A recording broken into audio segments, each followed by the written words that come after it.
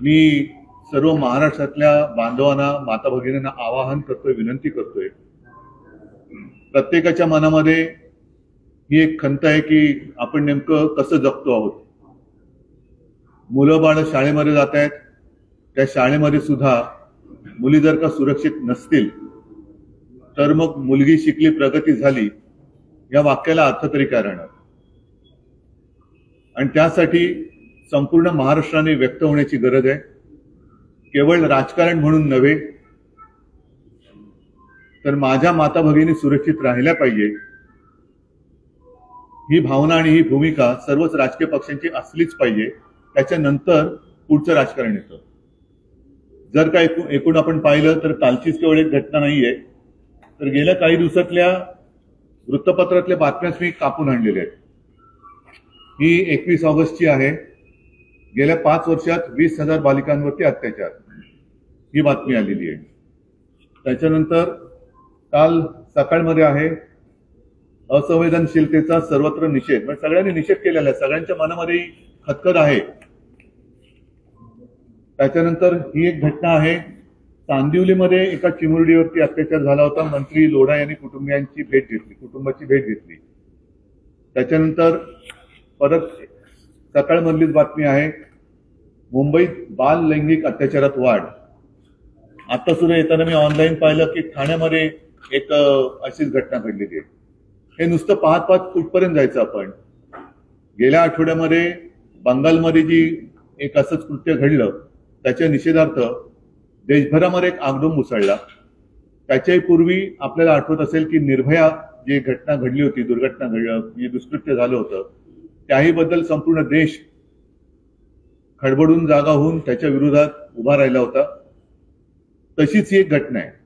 अनेक घटना जेव्हा एकत्र होतात आणि सहनशीलतेचा जेव्हा अंत होतो तेव्हा जनभावनेचा उद्रेक होतो. मला वाटतं तो क्षण जवळ येत चाललेला आहे. या बंदमध्ये कोणताही राजकीय अभिनिवेश नाही आहे. ज्याप्रमाणे आपण कोरोना व्हायरसशी लढलो तसाच हा एक विकृतीचा व्हायरस आहे. महाराष्ट्राच्या कानाकोपऱ्यामध्ये एक वातावरण निर्माण झालं पाहिजे की कोणीही असं दुष्कृत्य करायला धजावला नाही पाहिजे. जर कोणी करेल तर त्याला ताबडतोब शिक्षा होते आणि अत्यंत कठोर शिक्षा होते. ही भीती ह्या विकृतांच्या मनामध्ये निर्माण करण्यासाठी म्हणून हा बंद करतोय. कोणतेही राजकारण याच्यामध्ये नाहीये. सुरक्षित बहीण ही एक प्राथमिकता असली पाहिजे. जर बहीण सुरक्षित असेल तर मग लाडकी बहीण वगैरे योजना आणता येतात. आणि म्हणून मला असं वाटतं 24 ऑगस्टला महाराष्ट्रातल्या तमाम जनतेला मी विनंती करतोय की आपण सगळेजण जातपात, धर्म, पक्ष वगैरे भेद बाजूला ठेवून, कारण मुलगी ही मुलगी असते. अनेक मुली आपण शाळेमध्ये जाताना येताना पाहतो. आपल्या राज्यामध्ये मुलींना शिक्षणाची मोफत सोय सुद्धा केलेली आहे, तशा सुविधा दिलेल्या आहेत. एक चांगला हा एक जरी प्रकार असला तरी जर मुलगी शाळेमध्ये सुरक्षित नसेल तर मग त्या शिक्षणाचा उपयोग काय. आणि काही वर्षांपूर्वी ती एक कविता आज सुद्धा ती फिरते, उठो द्रौपदी शस्त्र उठालो. तिची मोठी कविता आहे ती. मी अख्खी कविता किती वाचत नाही, पण उठो द्रौपदी शस्त्र उठालो अब गोविंद ना आएंगे.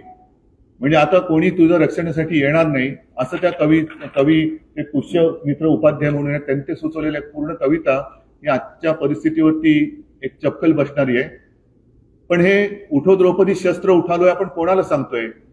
जी मुलगी बिचारी कडेवरची पोर आहे, तिलाच अजून उचलून आपल्याला घ्यावं लागतंय. ती मुलगी, तिला शस्त्र म्हणजे काय हे सुद्धा माहिती नाहीये. तिला कविता ती वाचणार कधी, ती शिकणार कधी? ती शिकण्यासाठी म्हणून आपण तिला शाळेत पाठवतोय. मग कडेवरची मुलं ज्यांच्यावरती अत्याचार होत आहेत एकतर घाबरून गप्प बसतात किंवा त्यांच्यावरती झालेला अत्याचार जेव्हा कळतो त्यावेळेला जर प्रशासन, पोलीस हे ढिम्मपणे वागणार असतील तर मग जनतेने करायचं तरी काय? हे परवापासून जे काही घडतंय हा जनतेचा उद्रेक आहे, जनतेचा उद्वेग आहे. आणि त्या उद्वेगाला वाचा फोडण्यासाठी हा 24 ऑगस्टचा बंद आपण करतो. हा बंद परत एकदा सांगतो कोणत्याही राजकीय पक्षाचा नसून हा माझ्या बहिणीचा, माता भगिनीच्या रक्षणासाठी आपण किती जागरूक आहोत हे दाखवण्यासाठी हा बंद आहे. केवळ राजकीय कार्यकर्त्यांनी याच्यामध्ये यावं असं नाहीये, तर स्वतःहून, म्हणून मी करोनाचा उल्लेख केला की स्वतःहून हा बंद पाडला पाहिजे. तर आपण सगळे एक होऊन या विकृतांना सुद्धा एक मनामध्ये दहशत आपण बसू शकतो आणि त्यासाठीच या उद्वेगाला आणि उद्रेकाला वाचा फोडण्यासाठी हा पर्वाचा बंद आहे. बदलापुरात जो जनतेचा उद्रेक बसला त्याला राजकारण आहे कारण आणि विरोधकांनी सर्व कार्यकर्ते यात बंद असं कोण म्हणते? मुख्यमंत्री म्हणतात की मला वाटतं त्यांच्या मुळामध्ये त्यांनी सांगितलं त्याच्यामध्येच त्याचं उत्तर आहे. ही काही निवडणूक डोळ्यासमोर ठेवून लाडकी बहीण योजनेसाठी ही काही राबवलेली योजना नव्हती. मुळात त्यांचंच घर येते ठाणे जिल्हा आणि त्याच्याच बाजूला हे बदलापूर आलं त्याच जिल्ह्यामध्ये येते. तर त्यांना हे जे काय घडले ही घटना ही मान्य आहे का? हे दुष्कृत्य ते अमान्य करतायत का? किंवा असं झालं तरी चालेल पण लाडकी बहीण काल मुख्यमंत्री कुठे होते? म्हणजे एका ठिकाणी ह्या घटनेचा निषेध सर्वत्र होत असताना राज्यभर निषेध झाला त्यावेळेला मुख्यमंत्री रत्नागिरीमध्ये लाडक्या बहिणीसाठी तिकडे हात पसरून बसले होते. सगळ्या राख्या म्हणतात अहो तुम्ही तुमच्या हाताला बांधलेल्या राखीच्या बंधनाला तरी जागा. किती निर्लज्ज व्हायचं, किती निर्लज्ज व्हायचं. ही परत एकदा सांगतो मुख्यमंत्र्यांना तसं वाटणं स्वाभाविक आहे कारण मुळामध्ये ते घटनाबाह्य मुख्यमंत्री आहेत. त्यांच्या आखलीचं दिवाळखोरपणाबद्दल मी काय बोलणार नाहीये परंतु ज्याप्रमाणे त्यांनी निवडणूक डोळ्यासमोर ठेवून आता तर मी स्पष्टच बोलतो निवडणूक डोळ्यासमोर ठेवून जनतेचा पैसा वापरून म्हणजे जनतेचाच पैसा जनतेवरती खिरापत वाटल्यासारखा वाटण्यासाठी म्हणून जी योजना आणले तशी ही योजना नव्हती. हे दुष्कृत्य आहे, ही विकृती आहे आणि त्याच्यात राजकारण आणणं हे जर का या घटनाबाह्य मुख्यमंत्र्यांना वाटत असेल तर ते सुद्धा विकृत आहेत, विकृत मानसिकतेचे आहेत. ज्यांना ज्यांना या दुष्कृत्यामागे आणि त्याचा निषेध करण्यामध्ये राजकारण आहे असं वाटतंय ते सगळे विकृत आहेत किंवा ते सगळे जण या नराधमांचे पाठीराखे आहेत. आरोप यामुळे होऊ लागले कारण आंदोलकांच्या गर्दीमध्ये काही लाडकी बहीण योजनेचे फ्लेक्सेस आढळले. त्यानंतर असेल ना पण म्हणून निषेध व्यक्त करू नये का? आता सुद्धा मला बदलापूरचे शिवसैनिक भेटायला येणारच आहेत. एखाद्या घटनेचा निषेध करणं हे राजकारण कधीपासून यांना वाटायला लागलं? हे राजकारणात काय म्हणजे निषेध पण करायचं नाही. पोलिसांनी एकतर ज्या काही बातम्या अंगाला म्हणजे वाचायला सुद्धा अंगावरती काटा येतो एवढ्या घृणास्पद पद्धतीने हे असंवेदनशील सरकार वागतंय. काही महिन्यांपूर्वी लोकसभेच्या आधी आमच्या विनोद घोसाळकरांच्या पुत्राची हत्या झाली अभिषेक. त्याही वेळेला यांनी जबाबदारी झटकली आणि तेव्हा तर उपमुख्यमंत्री आहेत जे देवेंद्र फडणवीस ते एवढ्या उद्धटपणाने बोलले होते की गाडीखाली कुत्रा आला तरी तुम्ही राजीनामा द्या. तुम्हाला जनतेच्या जीवाची किंमत नाही. एखादी हत्या झाली तर तुम्ही त्याची बरोबर गाडीखाली आलेल्या कुत्र्याची करता. या चिमुरड्या मुलींची बरोबरी तुम्ही कोणाशी करताय? यांना काही मुलं बाळ नाहीयेत? हे काय सुरक्षित नाहीयेत का? असुरक्षित आहेत तर सुरक्षित आहेत? काय नेमकं काय बोलायचं त्यांना? विशेष गुन्हेगारांचा अनावश्यक गरज नसलेला क्लोजर रिपोर्ट तयार करून सबमिट करण्यात नाही ते सोडा मला या हायकोर्टाने देखील फटकारलेला आहे राज्य सरकारला कारण 13 तारखेला मी हायकोर्टाला आजपर्यंत मुलीच्या वडिलांचा दुसऱ्या मुलीच्या वडिलांचा जबाब नोंदवला गेला नाही, दुसऱ्या मुलीचा जबाब नोंदवला नाही अशा प्रकारचे हे केलेलं आहे. मी जे सांगत होतो ते अर्धवट राहिलं. मी जे काय वाचनात आलं कारण ही बातमी पूर्ण वाचण्याचं धाडस माझ्यात तरी नाहीये. मग ती कलकत्त्यातली असेल इथली असेल. अगदी गेल्या 4 दिवसापूर्वी राजस्थानमध्ये एका 3 महिन्याच्या मुलीवरती असा अतिप्रसंग घडला अशी बातमी आहे. मग ही विकृती आली कुठून जन्माला? आणि त्याच्यात ह्या ज्या घटनेमध्ये मुलीची आई ती गर्भवती आहे. तिला सुद्धा 10-10, 12-12 तास नुसतं खोळंबून ठेवलं. तिला 102 वगैरे ताप आहे. म्हणजे तिची तब्येत बरी नाही. तिला हॉस्पिटलमध्ये ऍडमिट करावं लागलं. हे काय सरकार कोणाचं आहे? नराधमांचं सरकार आहे का? आणि मग राजकारण करायचं असेल तर मग आम्ही राजकारण करू पण आता तरी आम्ही याच्यात राजकारण करत नाही. पहिलं या घटनाबाह्य मुख्यमंत्र्यांनी सांगावं ते नराधमांच्या बाजूचे आहेत का विरुद्ध आहेत. आणि ही योजना म्हणजे निवडणूक डोळ्यासमोर ठेवून आणलेली लाडकी बहीण योजना नाही हे त्यांना पहिलं कळलं पाहिजे. म्हणजे काल सुद्धा खरं ते तिकडे पोहोचायला पाहिजे होते पण रत्नागिरीमध्ये डामडौलामध्ये बसले होते आणि किती अर्धा डझन मंत्री कितीतरी एसटी गाड्या तिकडे आणल्या गेल्या होत्या. म्हणजे पैसे देऊन गर्दी करायची त्याच्यामध्ये रेकून भाषणात ठोकायची. आणि हे बघा ना मुख्यमंत्री यांच्यासह अर्धा डझन मंत्री आज रत्नागिरीत कालची आहे आणि त्यांच्याबरोबर गुलाबी जॅकेट पण होतं. भाई हा काय फॅशनचं चाललंय? काय फॅशनचं चाललंय? कपडे वेगवेगळे रंगीबेरंगी घालायचे, राख्या बांधून घ्यायच्या, योजना मागून योजना आणायच्या आणि जनतेच्या खऱ्या ज्या काही व्यथा वेदना आहेत त्याच्याकडे दुर्लक्ष करायचं. हे असंवेदनशील सरकार आहे आणि जर त्यांना असं वाटत असेल याच्यात राजकारण आहे तर असं बोलणारे सुद्धा विकृत आहेत, हा शब्द मी पुन्हा पुन्हा सांगतो. संस्थाचालक हा भाजपचा पदाधिकारी असल्यामुळेच अशा प्रकारचा गुन्हा दाखल करण्यास वेळ झाला, नोंदणी करण्यास वेळ, दखल घेण्यास वेळ झाला. गृहखात्याकडून दबाव आला असेल असं वाटतं का? याच्यामध्ये पोलीस आयुक्त कोण आहेत? त्या परिसराचे पोलीस आयुक्तांचं काय नाव आहे? डुमरे. मग त्यांचं डमरू का वाजलं नाही याच्यामध्ये? पोलीस आयुक्त कुठे आहेत? आयुक्तांनी याच्याबद्दल सांगायला पाहिजे की त्यांच्यावरती दबाव होता की नव्हता. खरं पोलीस असं वागत नाहीत, पण त्यांच्यावरती दबाव जर आणला गेला असेल तर दबाव आणणारे आणि दबावाखाली काम करणारे पोलीस हे त्या नराधमा एवढेच गुन्हेगार आहेत, तर त्यांना सुद्धा शिक्षाही झालीच पाहिजे.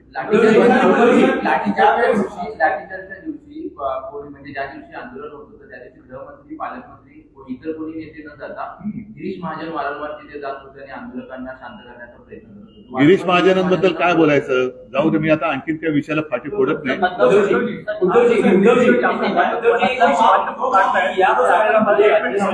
SIT स्थापन केलेली आहे, फास्ट ट्रॅकच्या माध्यमातून या प्रकरणाचा सोक्ष होणार आहे.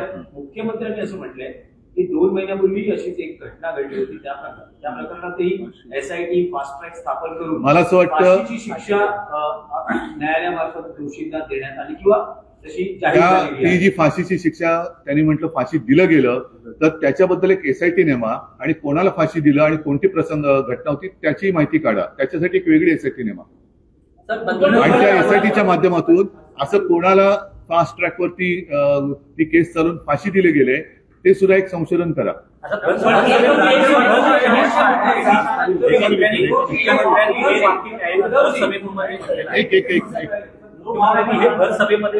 म्हणजेच काय होतं की क्षमता नसलेला हा माणूस मुख्यमंत्री झालेला आहे, त्यांना जनतेच्या भावनाशी फक्त खेळता येतं. म्हणजे मला खरंच दुर्दैव वाटतं की अशी व्यक्ती ही राज्यकर्ती आहे, एकतर गद्दार आहे आणि त्याच्यानंतर राज्य करताना जनतेशी सुद्धा त्यांच्या भावनेचीही गद्दारी करतायत. याच्याबद्दल मला खरंच दुःख होते.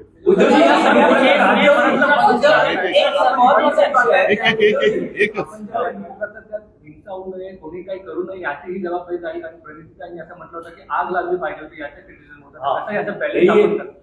आंदोलन करण्यापेक्षा आग लावली पाहिजे होती. नाही, कोणी प्रणिती शिंदे यांचं विधान नाही. माझं म्हणणं आहे की आताताई पाऊल उचलण्याचा विचार केव्हा येतो? ज्या वेळेला जी एक यंत्रणा असते तिच्याकडनं प्रतिसाद मिळत नाही.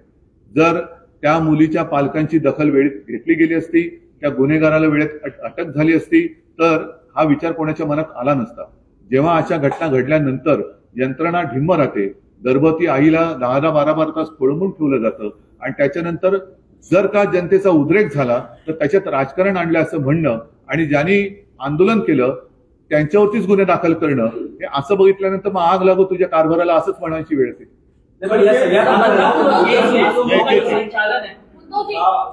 महायुतीचं म्हणणं आहे की हा जो मॉब होता तो मॉब अचानक आला आणि त्या मॉबला कुठे ना कुठे राजकीय लोकांचा सपोर्ट होता. बरं, क्षणभर असेल, काय चुकलं त्यांचं? म्हणजे निषेध पण करायचं नाही. जर ते उतरले नसते तर गुन्हा दाखल झाला असता का?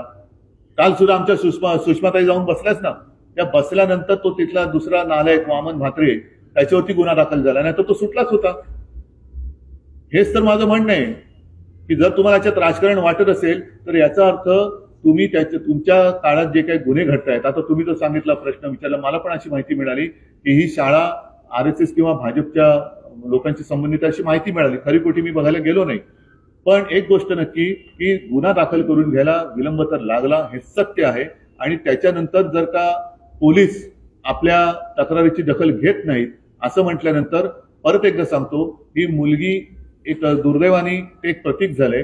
प्रत्येकाच्या मुली ज्या शाळेत शिकतायत त्या सगळ्यांच्या पालकांचा एकत्रित असा हा उद्रेक होता आणि आहे. अशी एक घटना सर, एक सातारामध्ये पण अशी घटना घडली आहे. पुढे सातारामध्ये अशी घटना घडली आहे की एक महिला जी आहे ती महिला लहान मुलींना वेश्यावरच्या जबरदस्ती टाकायची आणि अनेक जे राजकीय लोक आहेत त्या मुलींना तिकडे घेऊन जायचे आणि अशा प्रकारचं पोलिसांनी कारवाई केलेली घटना आहे ती सातारा. नाही, काय होतं बघा, मी सगळ्या गोष्टी पोलिसांना देत नाही, पण त्यांच्यावरती दबाव आणणारे लोक हे गुन्हेगार आहेत आणि त्या दबावाला बळी पडणारे पोलीस हे सुद्धा गुन्हेगार आहेत. म्हणून मी म्हटलं की या सगळ्या प्रकरणामध्ये ठाण्या परिसराचे आयुक्त कोण हेच कोणाला माहिती नाहीये. आयुक्त करतायत काय? आयुक्तांची जबाबदारी काय? त्यांनी काहीतरी याच्यावरती भाष्य करायला पाहिजे होतं. त्यांना सुद्धा माहिती पाहिजे की आपल्या सगळ्या कारभारामध्ये कार्यक्षेत्रात काय होते आणि काय होत नाही. या सगळ्या प्रकरणामध्ये रिपोर्टिंग करणाऱ्या सकाळच्या महिला पत्रकाराबद्दल जे आक्षेपार्ह वक्तव्य वामन म्हात्रेंनी केलं त्याच्यामुळे गुन्हा नोंदवण्यासाठी उशीर केला आणि आंदोलन करावं लागलं. राजकीय पक्षाची संलग्न असतानाही कुठली कारवाई झाली नाही. आंदोलन करावं लागलं. मी काल बोललो ना, सुषमाताई अंधारे जाऊन तिकडे बसल्या, सगळे शिवसैनिक तिकडे होते. आता शिवसैनिक म्हणजे तिथले नागरिकच आहेत, आता मला भेटायला येणारच आहेत, मी बोलवलंय त्यांना. पण हाच जो विषय आहे ना की तक्रारीची दखल जर वेळच्या वेळेला घेतली गेली असती आणि कारवाई झाली असती तर हा उद्रेक झाला नसता. आणि तसं अशी दुर्घटना पुन्हा होऊ नये म्हणून परवाचा जो बंद आहे, एक तर या विकृतांच्या मनामध्ये दहशत बसली पाहिजे पोलिसांवरती, आणि जे संवेदनहीन सरकार बसलेले 2-2.5 महिन्याच्या काळासाठी अजूनही त्यांना सुद्धा एक कळलं पाहिजे की आपण सगळ्या लोकांना असं गृहीत धरून चालता येणार नाही. आणि परत एकदा सांगतो की रक्षाबंधनाच्या दिवशी म्हणजे राखी पौर्णिमा, हे घटनाबाह्य मुख्यमंत्री कुठे होते ते काढा. काल सुद्धा एवढी तिकडे सुद्धा आगडो मुसळला होता तरी सुद्धा हे मिरवत होते रत्नागिरीमध्ये. हे किती निर्लज्जपणाचा कळस आहे. राख्या बांधून बांधून फोटो काढतायत, पण त्या बंधनाला अर्थ आहे. रक्षाबंधन म्हणजे दादा माझं रक्षण करतो, आणि तोच दादा जर का दादागिरी करत असेल ती दादागिरी चिरडण्याची हिंमत सगळ्या बहिणींमध्ये आहे.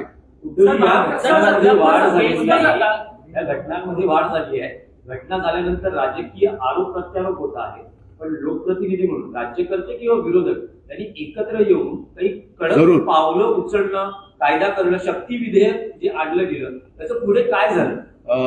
अत्यंत एक महत्वाचा मुद्दा मला प्रामाणिकपणाने बोलावंसं वाटतं की आपण काय करतो. जसं मी आता आपण ह्या आठवतो निर्भया, त्याच्यानंतर मध्ये झालं होतं हाथरस, उन्नाव, तिथे सुद्धा पोलिसांनी परस्पर तो मृतदेह जाळून टाकला, कुटुंबियांना कळू दिलं नाही.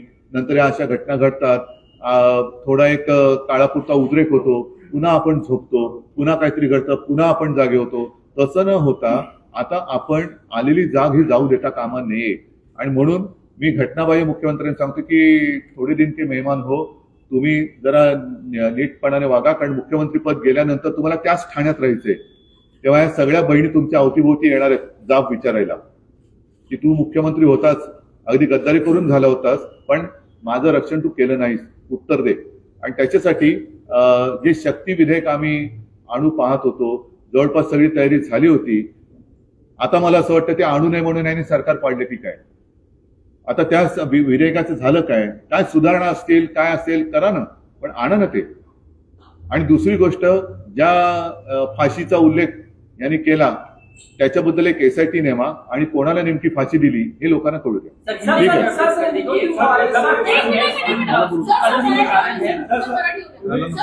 अक्षय शिंदेच्या कुटुंबाशी संपर्क साधला असता ते असं म्हणतायत की आम्हाला फसवलं गेलं आहे, अक्षय निर्दोष आहे, आम्हाला फसवलं गेलंय. त्या ठिकाणी महिला सेविका देखील होत्या, पण अक्षयने असं कृत्य केलं नाही, आम्हाला फसवलं गेलं असा वारंवार उल्लेख ते करतात. मी काही इकडे न्यायमूर्तीच्या भूमिकेत बसलेलो नाहीये. जर अक्षयला फसवलं गेलेलं नसेल तरी सुद्धा त्या मुलीसोबत जे झाले ते खोटं आहे का? म्हणजे मग हा प्रश्न अजून गहन होतो की मग खरा गुन्हेगार कोण आहे. जर हे खरं असेल तर तरी म्हणजे प्रश्न तोच राहतो, त्या मुलींसोबत झालेलं जे काय अपकृत्य आहे ते खोटं आहे का?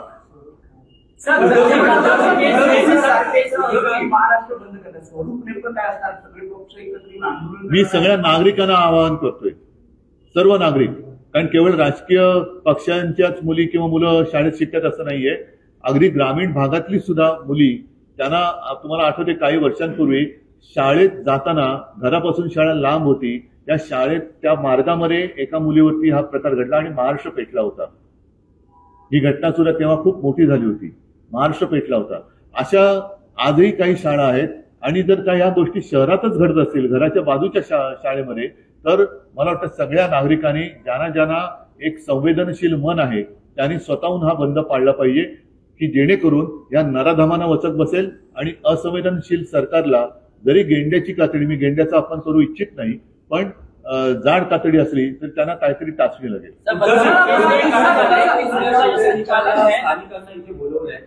नाही, त्याने आज भेटायला जाणार आहात का? मी आता त्याने मला आज येऊन भेटायची इच्छा व्यक्त केली. मी जरूर जाईन, पण आता त्या कुटुंबियांना मी त्रास देऊ इच्छित नाही. नाही, पण मी जाईन जरूर जाईन, पण मी त्या कुटुंबियांना काही त्रास देऊ इच्छित नाही, कारण त्यांची मानसिकता आपण समजून घ्यायला पाहिजे.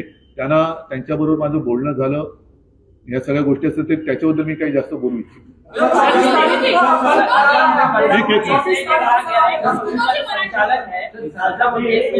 संचालन है वो बीजेपी के लोग थे, उसमें शिवसेना यूबीटी के लोग थे, शिंदे के लोग थे, इसके लिए एफआईआर उन्हें बचाने की कोशिश की गई और इसलिए एफआईआर करने में देरी हुई। नहीं, वापस पूछो। बदलापुर केस मामले में जो कहा गया स्कूल का जो संचालन है उसमें बीजेपी के लोग शामिल थे, शिवसेना यूबीटी के लोग शामिल थे, मेरे कौन लोग थे? लोग शामिल थे। मेरे कौन? ये आपके पास जानकारी किसने दी? ऐसा आरोप लगाया जा रहा नहीं, है। किसी ने आरोप नहीं लगाया ऐसे, किसी ने आरोप नहीं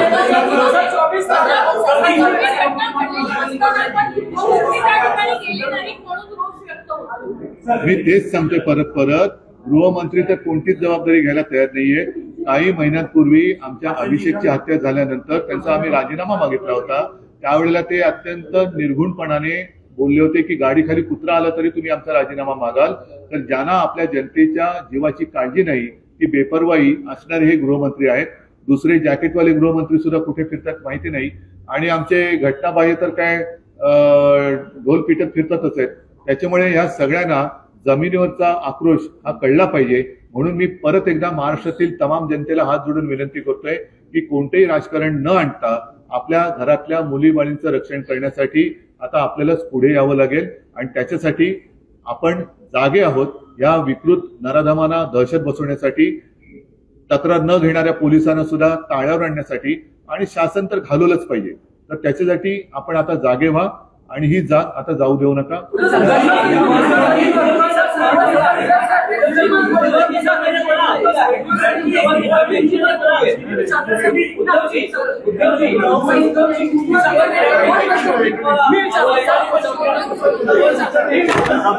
आता हिंदी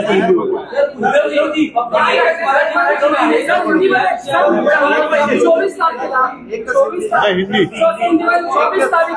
24 तारीख को अपने महाराष्ट्र जो बंद की आपने घोषणा की है, इस तरीके से पूरा बंद होगा। खासकर लोगों में बहुत रोष है, गुस्सा है, जो हमने बदलापुर में उस दिन भी देखा, अभी भी लोगों में गुस्सा है। लेकिन सरकार जो है, सरकार की ओर से, मुख्यमंत्री की ओर से राजनीतिकरण हो रहा है, इसमें वो आरोप लगा है, क्या कहेंगे?